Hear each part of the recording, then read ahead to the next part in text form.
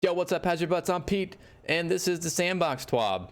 This is what we've all been waiting for. I'm just going to jump into this and give you my opinions on some things and clarify some things that may be kind of worded odd because sometimes they have some convoluted words in the TWAB, so that's okay. So this is from the dev team. Hello! I'm not going to read everything because I know you can read. I'm just going to break this down. I'm going to do this real fast. I originally recorded this and it was 14 minutes. I'm going to try to half that. So, biggest change for the hand cannons. 110s are going to be 120s now. That's biggest. Damage fall off is now 32 meters at max range. Adaptive and precision. So precisions are 180s. Adaptives are 150s and 140s, and they're now all 140 RPMs. Their max range now is 25 meters. The precision hand cannons have now a 37% larger magazine, which is a good change. So just a quick update on these changes. I think these are really good changes. I think these are interesting.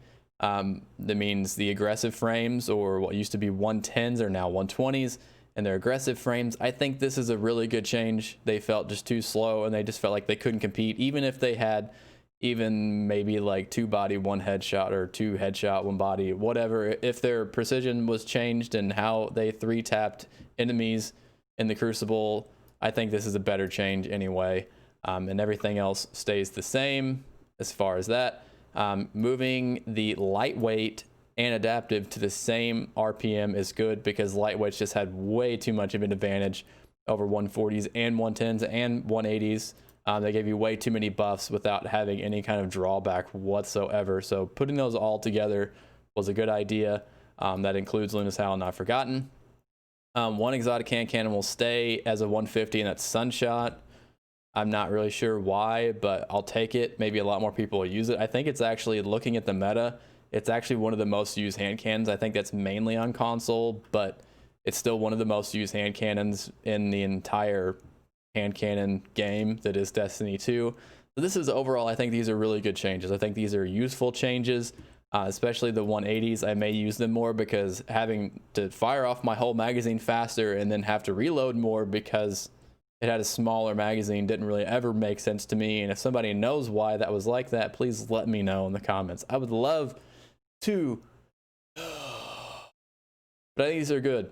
I don't really have any problems with any of this. I think this brings all the hand cannons kind of closer together, evens them out a little bit more, which is what they want. You want balance. That's, you know, all the people that want this to be a competitive game. This is a little bit more balanced as far as the weapons go. Maybe the abilities are a different story. But yeah, no. Sniper rifles. They're changing the aim assist and it's how it's tied to zoom. So if it has low zoom, it's going to have low aim assist. So aim assist isn't what drags your reticle around on a controller. It's actually the bullet magnetism or the hitbox, how big a hitbox is on someone's head. That's going to get smaller the less zoom you have. So the longer the guns that zoom in a lot, like a Tatara's Gaze, the Forge sniper rifle that, you know, zooms in and you can see the people's dimples on their face. That's not going to really have a change. But the other ones, like the Moon sniper rifle, Apostate has a really low zoom. That's not going to have as much aim assist. So it's kind of like all of the weapons that all the snipers that we have, the 140s up to the 90s and then up to the 72s, they increased in aim assist, and normally they increased in zoom as well. But that's going to be taken more to the extreme now.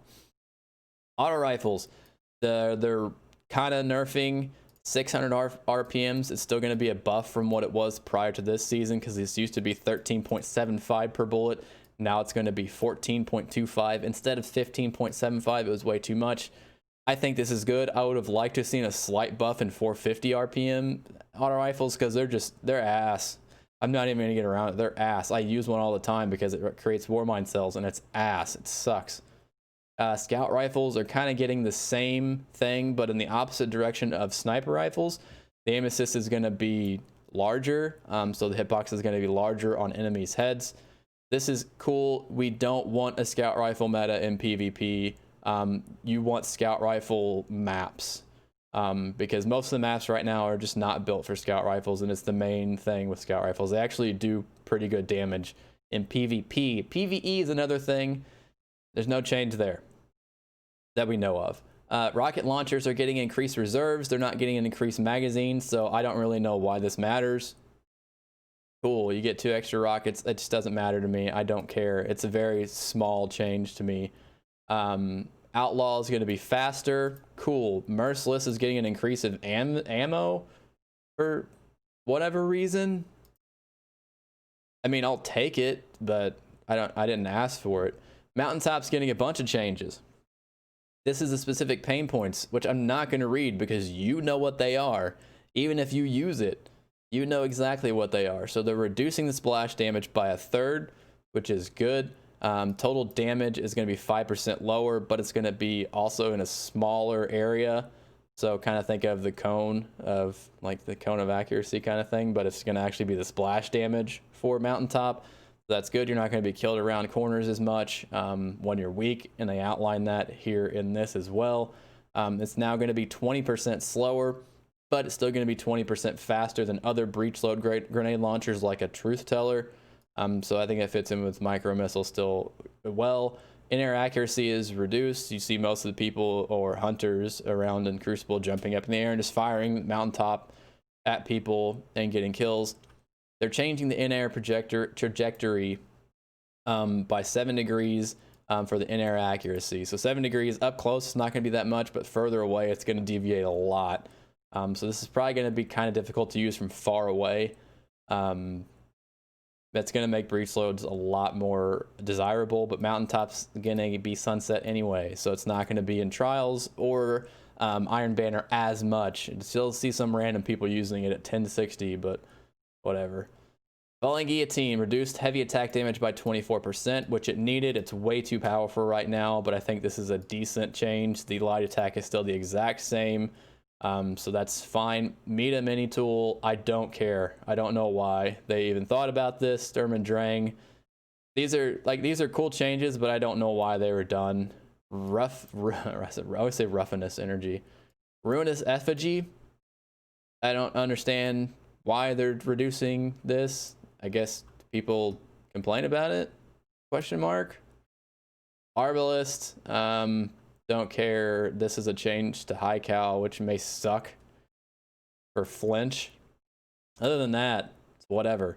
Trials weapons, we're getting adept weapons again. They're going to be the same weapons we had last season, but they're going to have new shaders. They're actually going to have a new mod slot, which is unique to adept weapons only, which will give you +10 in whatever stat you get for it.